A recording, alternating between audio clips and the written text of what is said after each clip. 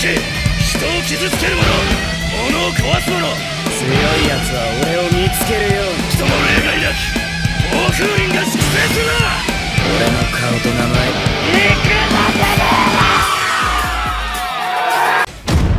やれやれだわ。 Pada video kali ini, kami pun akan kembali menjelaskan dan juga menceritakan mengenai beberapa informasi terbaru lainnya seputar manga Bakuatam Jujutsu Kaisen, di mana secara garis besar terdapat beberapa pokok pembahasan utama yang nantinya akan kita bahas lebih dalam lagi. Pertama adalah tentang fakta-fakta terbaru dan juga tambahan cerita terbaru yang ada pada manga Jujutsu Kaisen volume yang ke-25-nya dan juga volume yang ke-26. Dan yang kedua, yaitu mengenai satu buah prediksi singkat tentang kekuatan baru dari Yuji Itadori berdasarkan gambar yang sudah dibagikan oleh GG Akutami pada extra story dari manga Jujutsu Kaisen chapter yang ke-222. Mengingat hari ini adalah hari ulang tahun dari Yuji, maka kami rasa sekarang adalah waktu yang tepat untuk bisa membahas karakter Yuji lebih dalam lagi.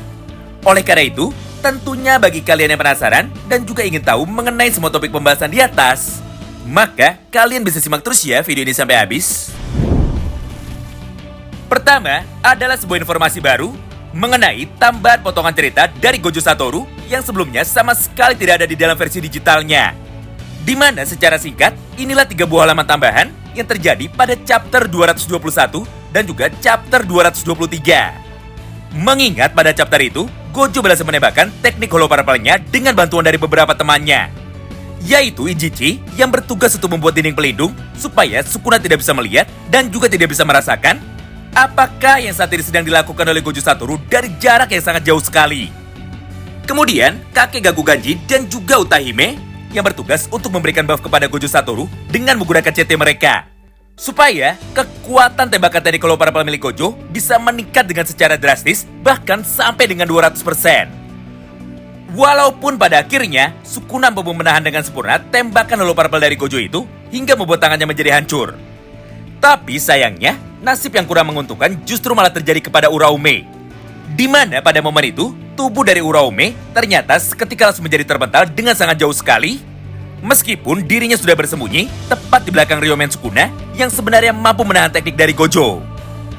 Bahkan pada gambar tersebut, kita pun juga bisa melihat sama-sama bahwa kepala dari Uraume sampai terkubur di dalam bebatuan dan dia pun tidak bisa bangun untuk sementara waktu. Ya, kurang lebih sama seperti potongan cerita tambahan yang ada pada chapter 221-nya. Di mana pada chapter itu, atau tepatnya setelah Uraume diajar oleh Gojo dengan menggunakan 1 kali pukulannya, maka tubuh dari Uraume akhirnya seketika langsung menjadi terpental hingga menembus sebuah dinding yang ada tepat di belakangnya sesuai dengan gambar baru ini. Nah, menariknya di antara kedua kejadian di atas, Uraume pun kembali mengucapkan satu hal yang sama kepada seorang Gojo Satoru, yaitu sialan kau Gojo Satoru. Selanjutnya kita masuk ke dalam tambahan cerita yang keduanya, yaitu tentang penjelasan nama dari Uraume dan siapakah pemilik tubuh dari Uraume yang asli. Di mana menurut GG Akutami, wadah manusia yang menjadi pemilik tubuh dari Uraume adalah seorang perempuan bernama Shiori Hime, yang artinya di era modern ini Uraume adalah seorang perempuan. Berdasarkan hal itu, maka tidak heran jika Uraume sangat dekat sekali dengan Sukuna, bahkan sangat kagum sekali kepada Ryomen Sukuna. Selain itu, dengan adanya informasi terbaru ini, maka sudah jelas Uraume merupakan salah satu penyihir yang berhasil dihidupkan kembali oleh Kenjaku jauh lebih awal sebelum proses cooling game ini dimulai. Serta jauh sebelum para penyihir legendaris lainnya dipanggil lagi oleh seorang Kenjaku untuk bisa ikut berpartisipasi di dalam permainan cooling game melawan Ryomen Sukuna. Mengingat di dalam versi animenya, Uraume sudah muncul sejak season 1-nya dimulai, atau tepatnya pada chapter yang ke-57. Atau bahasa sederhananya, Uraume tidak hidup abadi lebih dari 1000 tahun sama seperti Kenjaku. Tapi setelah Uraume sudah mati di dalam perang era Heian, barulah Kenjaku kini memanggil Uraume lagi untuk bisa masuk ke dalam tubuh dari Shiori Hime. Kemudian kita masuk ke dalam tambahan informasi yang ketiganya, di mana fakta tambahan ini sangatlah berkaitan sekali dengan cerita nomor 2 di atas, yaitu tentang sebuah tambahan aturan dari Kenjaku mengenai bagaimana proses berakhirnya cooling game dan mengenai merger dari Tengen. Di mana pada awal cooling game ini dimulai, Kenjaku sempat berkata kepada kita semua bahwa Tengen akan melakukan merger dan cooling game akan dianggap sudah selesai jika semua pemainnya mati kecuali Megumi dan Suguru Geto. Tapi setelah manga volume yang ke-25-nya sudah keluar, GG pun langsung memperbaiki atau merubah aturan pada cooling game. Yaitu proses dari cooling game akan dianggap sudah selesai dan merger dari Tengen akan terjadi jika semua pemainnya sudah mati kecuali Megumi Fushiguro, Suguru Geto, dan juga Shiorihime alias Uraume itu sendiri. Yang artinya, Sukuna bisa melakukan merger kapan saja tanpa perlu membuat Uraume terbunuh lebih dulu. Kemudian informasi tambahan yang terakhir adalah mengenai kekuatan baru dari Yuji yang terdapat pada chapter 222. Mengingat pada chapter itu, kita pun bisa melihat sama-sama proses latihan dari Yuji bersama dengan Kusakabe, tapi dengan hasil yang sangat menggantung. Beruntungnya, pada volume yang ke-25 kemarin, GG pun sudah menambahkan satu buah panel manga baru untuk bisa menjelaskan kepada kita semua mengenai apa yang sebenarnya terjadi pada chapter terbaru tersebut. Di mana secara singkat beginilah penjelasannya. Kusakabe sedang melatih Yuji untuk bisa menggunakan kekuatan barunya, yaitu kekuatan perpindahan jiwa yang sama seperti Sukuna atau disebut dengan Soul Swap. Dengan cara mentransfer informasi jiwanya menuju ke dalam tubuh dari Kusakabe dan jiwa dari Kusakabe dipindahkan ke dalam tubuh dari Yuji.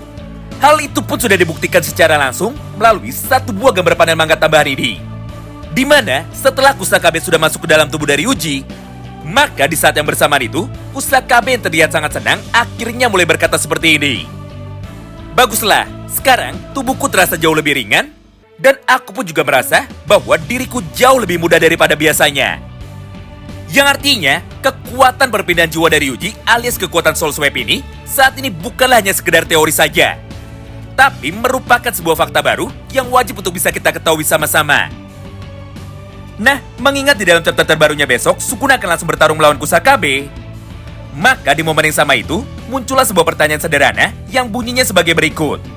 Yaitu, apakah mungkin Yuji dan juga Kusakabe akan kembali mempraktikkan semua hasil latihannya? Di mana Yuji akan kembali melakukan perpindahan jiwa menuju ke dalam tubuh dari Kusakabe, demi bisa memberikan serangan kejutannya ataupun serangan dadakannya yang sama sekali tidak bisa diprediksi oleh Ryomen Sukuna. Nah, mengingat saat ini Kusakabe merupakan penyihir yang paling diremehkan, maka bisa saja Sukuna tidak akan serius ketika bertarung melawan Kusakabe. Sehingga di momen itulah Yuji bisa memiliki peluang yang cukup besar untuk dapat melancarkan serangan pamungkasnya lagi, yaitu pukulan pembelah jiwa tepat menuju kepada tubuh dari Sukuna. Bahkan bukan sebuah hal yang mustahil jika di dalam pertarungan ini, Kusakabe nantinya bisa menggunakan teknik Kokusen atau teknik Black Flash juga ketika tubuhnya sedang digunakan oleh Yuji. Mengingat hal itulah yang selama ini sudah kita tunggu-tunggu untuk bisa segera terjadi di dalam cerita manga Jujutsu Kaisen. Ya, kurang lebih ilustrasinya sama seperti potongan gambar bocoran palsu ini yang sebenarnya sudah banyak sekali beredar di internet sejak beberapa jam yang lalu. Nah, bagaimana menurut kalian? Apakah mungkin teknik perpindahan jiwa ini nantinya akan segera digunakan oleh Yuji Tadori lagi untuk dapat membantu Kusakabe demi bisa melawan Sukuna? Karena faktanya, sangatlah mustahil sekali Kusakabe bisa memberikan luka yang fatal kepada Sukuna jika dirinya hanya bertarung dengan seorang diri. Wow, menarik banget ya. Nah, itulah semua poin pembahasan singkat yang dapat kami bagikan kepada kalian semua di dalam satu kesempatan ini. Terima kasih banyak yang sudah simak video ini sampai habis, dan salam baku hantam.